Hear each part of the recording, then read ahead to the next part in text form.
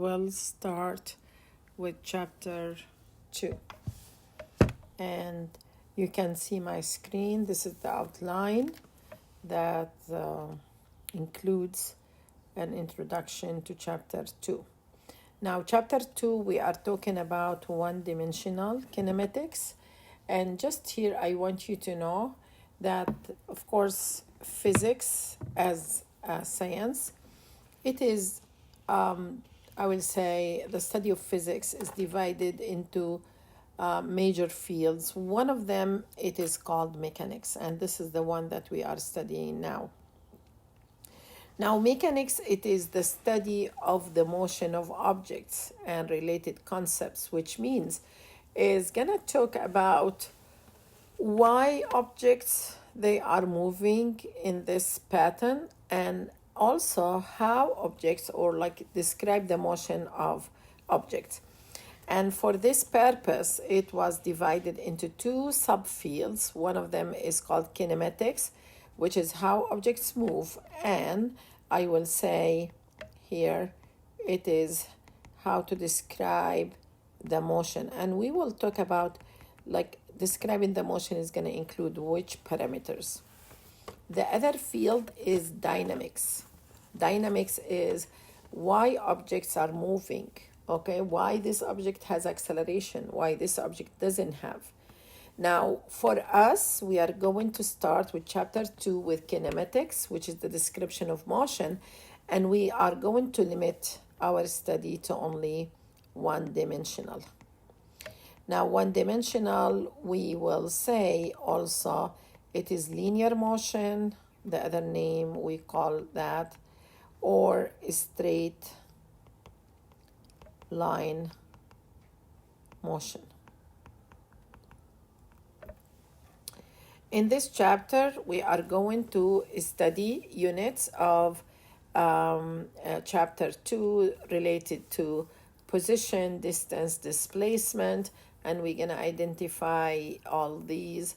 And also, we're going to talk about average speed and velocity.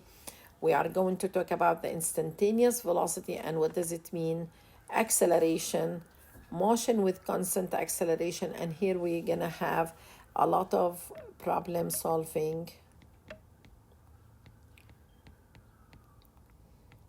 Okay, when we move to applications of the equations of motion, and finally we are going to talk about freely falling objects.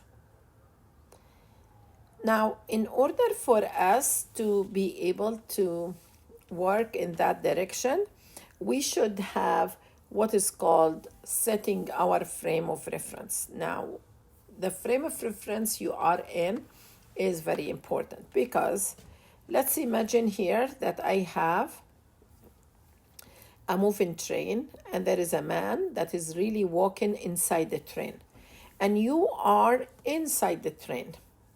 Okay, you are going to see the man moving, okay, and is the other man moving, and you're gonna see that motion in a relatively slow, let's say it's not a very high velocity, versus if you are on the ground on the, let's say, outside the train as a stationary observer that is here, you're going to notice that this rider here has a velocity that it is equal to its velocity, okay, plus the velocity of the train, if they are moving, of course, in the same direction.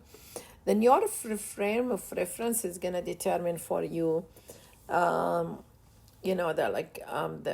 how your measurements are they going to look like. In physics, usually, we are using what is called Cartesian coordinates. We have X and Y and Z. I think also you are familiar with these from math. Today, we are going to do only one dimension, and I will say for one dimension, it can be horizontal. Then I'm going to call it around the x-axis, and it can be vertical. I will say it's along the y-axis.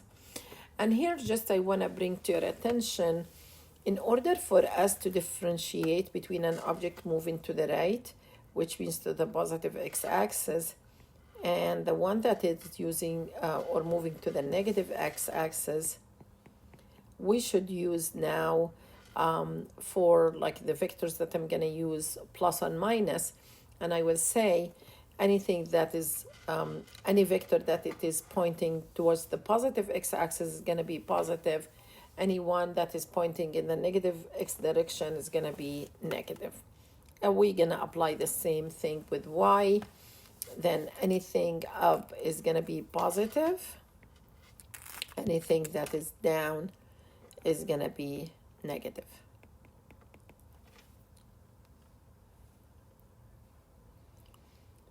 Now, also, we should be able to differentiate between three terms. One of them is position, the other one is distance, and the third is displacement. Now, before describing the motion, we must set first a coordinate system, which means you're going to determine where is your origin, where is your positive, where is your negative. Now, you can choose anywhere to be your positive, but in order for us to agree, we are going to say that we are going to consider our positive to the right. Then I will say, when I want to talk about the position,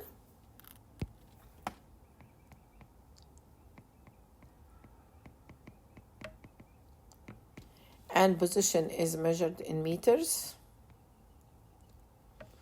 I can say this is my x-axis, and I need to determine an origin. Then maybe I'm going to say this is negative 1 meter, and this is positive 1 meter. Okay, 2, like I can put the meters here. And this is 3, and this is 4, and this is 5, and go on. Then when I will say here, okay, like I have my fancy car here, standing, then I can say this is the initial position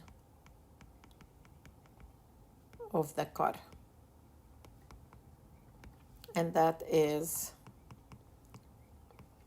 2 meters. And then my car was moving till, let's say 6, 7, 8. Then here x final is going to be 8 meters. Now, in order for me to calculate my displacement is defined as change in position. It is a vector quantity,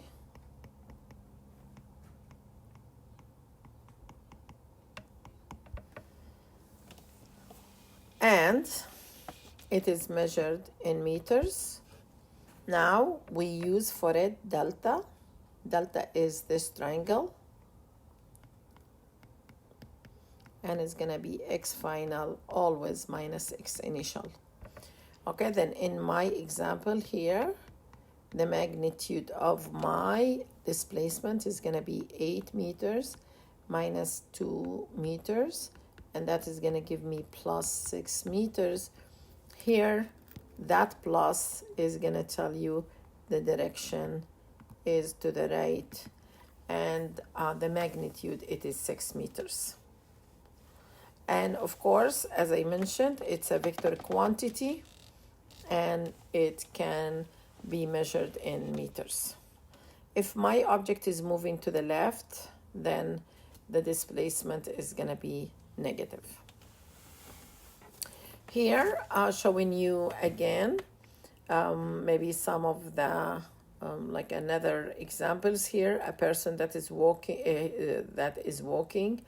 to the right, and then we can draw and choose a coordinate system. Here my coordinate is going to be just the x-axis. Now the concept of distance is different from the concept of displacement. Displacement, it is the change in position and it is a vector, and I will say the distance, it is the total length of travel, which is a scalar. Okay, now one of the things that I want you to understand, if you look at this here diagram, if you drive from your house, this is your house, okay, and then you did drive to this, let's say this is 7-Eleven, okay, and a grocery store, and then you are moving, okay, from here to here, okay, this is a 4.3, and then you're going back to your home, then plus 4.3 meters, which is going to be 8.6. Whereas your displacement is going to be the plus 4.3, if I want to consider this is my positive, and then negative 4.3, then my displacement is going to be 0. Like another definition for, I would say the displacement is going to be how far from the origin, and it's the same idea. Now here again telling you that this is the displacement, is the change in the position. Then if you came back to your original, it's gonna be 0 miles.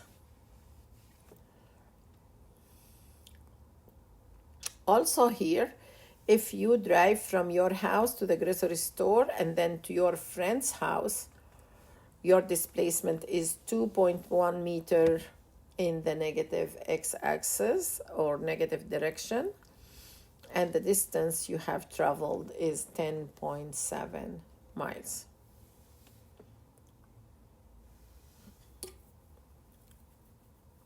Now this is here again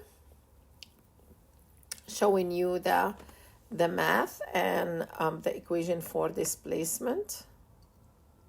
Delta x, it is, and I like always to add vectors here so that you know that they have a direction, and the negative answer denotes that you were moving in the negative direction.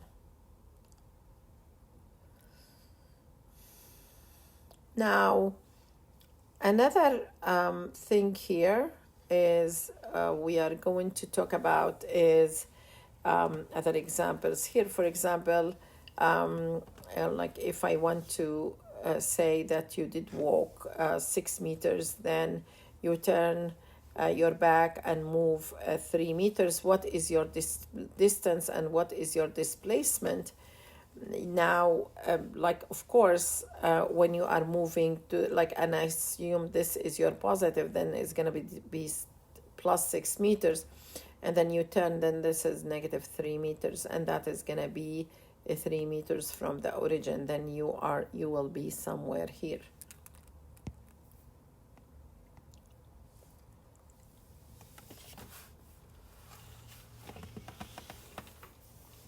Okay, your distance is gonna be 9. Okay, also another like here checkpoint is you and your dog are really going for a walk. On the way, your dog is taking away many side trips to chase squirrels or examine fire hydrants or doing anything. When you arrive at the park, you and your dog have the same displacement. Yes, of course, you're gonna have the same displacement, but you will not have the same distance, of course. Okay, then yeah, because the dog has moved. Like just imagine always as if there is a speedometer, not speedometer, sorry, an odometer that is connected with the dog and is gonna measure all the distances. Now, does the displacement of an object depend on the specific location of the origin of the coordinates? And I will say, of course, no, because otherwise we need always to specify one kind of origin and one type of, let's say, coordinates. For example, here you can find displacement because it's a difference, then it can be 40 minus 10, 30, or it can be 60 minus 30 is going to be another 30. Then it doesn't depend on your origin because it is a difference.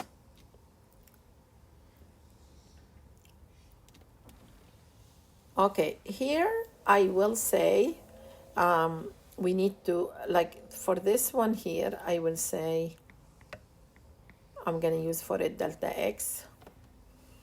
Then distance is different from displacement. Distance is a scalar and displacement is a vector. Now, if we divide by time, then here I'm going to get the average speed, and here I'm going to get the average velocity. And this is the average velocity, and this is the average speed.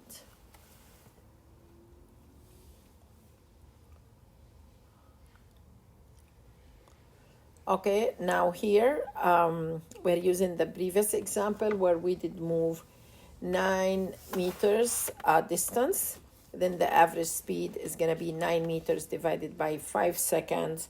And if we are going to talk about the average velocity, okay, this is going to be delta x, the displacement, divided by the time, and it's going to be -3 divided by 5 seconds. Now, something that I want you to know that in that time that we are using here to calculate the average speed and average velocity, if we have any waiting time, it should be included in the calculation. Then it's going to be included in the time.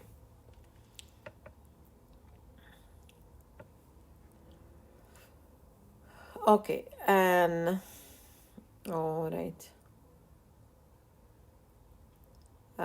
Let's here talk about average doesn't mean, okay, here, this is very important. Average doesn't mean that you're going to say V1 plus V2 divided by 2, or V1 plus V2 plus V3 divided by 3.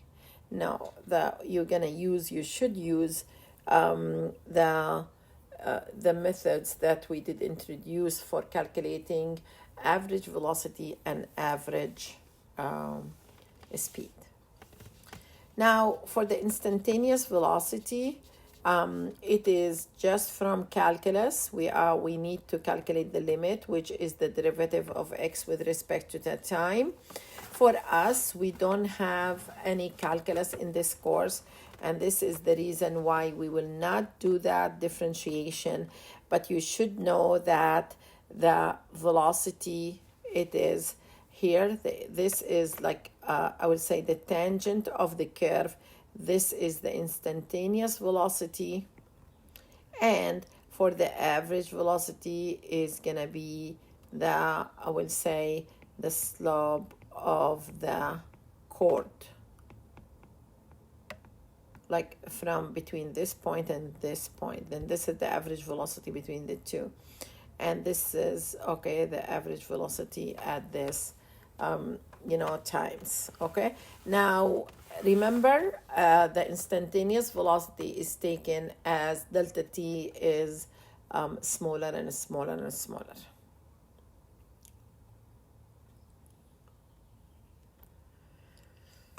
Again, this is instantaneous velocity, graphical interpretation of average and instantaneous velocity, and how we find them from the graph. Now, it is recommended now to know how really different types of motion can be represented in graphs. Okay, if the object is moving, okay, with constant velocity, then x versus, here I will say this is x versus time is gonna be a straight line with this inclination. If the object have a change in velocity, or we will say with acceleration, then it's gonna be a different story, and we are going to have that as a curve here. Okay, then that velocity, when it is changing, means that we have acceleration. Now, just before we move on, I want to define acceleration as change in velocity per unit time. And I want to remind you that when I'm talking about velocity, I'm talking about magnitude and direction. Then when I will have my object, I'm gonna add another page here. When I have my object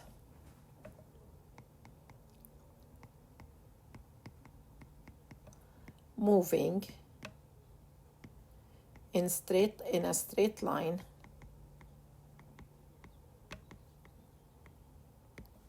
with increasing speed, then we have acceleration. And when an object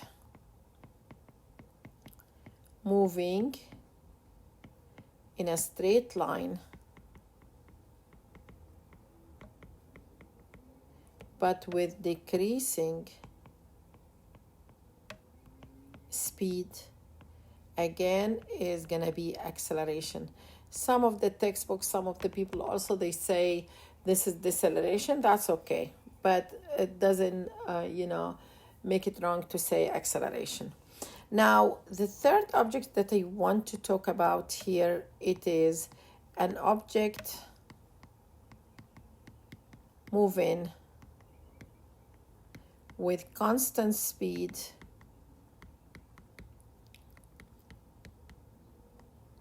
over a circle. Okay, now that object is gonna be moving here with a circle. Let's assume it's a perfect circle, I'm assuming, and it is, let's say, moving here with velocity that it is 10, and then here it is 10 again. Okay, now, okay, does this object have an acceleration?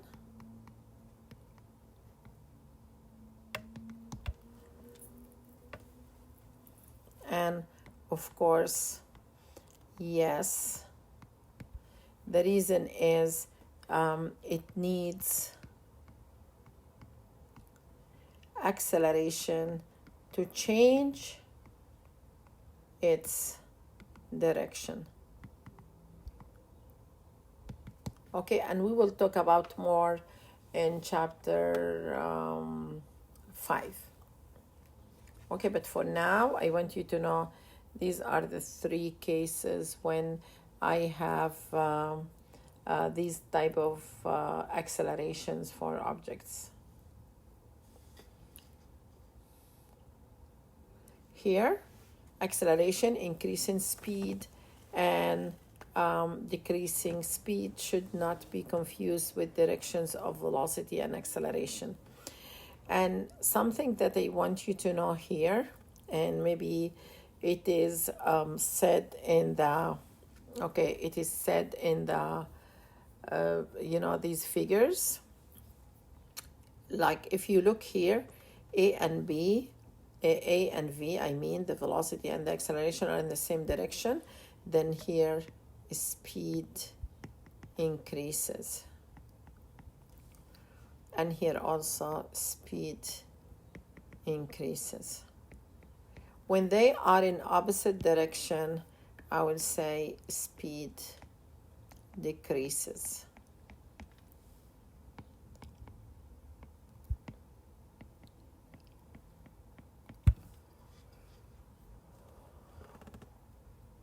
Okay, now this is here demonstrated. If the velocity is positive, acceleration is positive, then it is speeding up. If the velocity is positive and the acceleration is negative, then it's slowing down. And here, when they are in opposite direction, slowing down. When they are in the same direction, speeding up.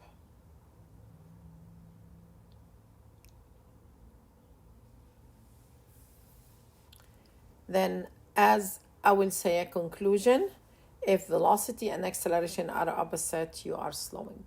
If they are in the same direction, you're speeding up. Again, the same thing we can say about acceleration, when you plot, remember this is velocity versus time. Then when we graph that, when we make this graph, and we can find the slope of the instantaneous acceleration from the slope of the tangent at that point, and also we can find the average acceleration from the slope of the chord. Now, if we have a constant velocity, this means that the change in the velocity is going to be 0, and from that you will find that the acceleration should be 0, because acceleration is change in velocity over time.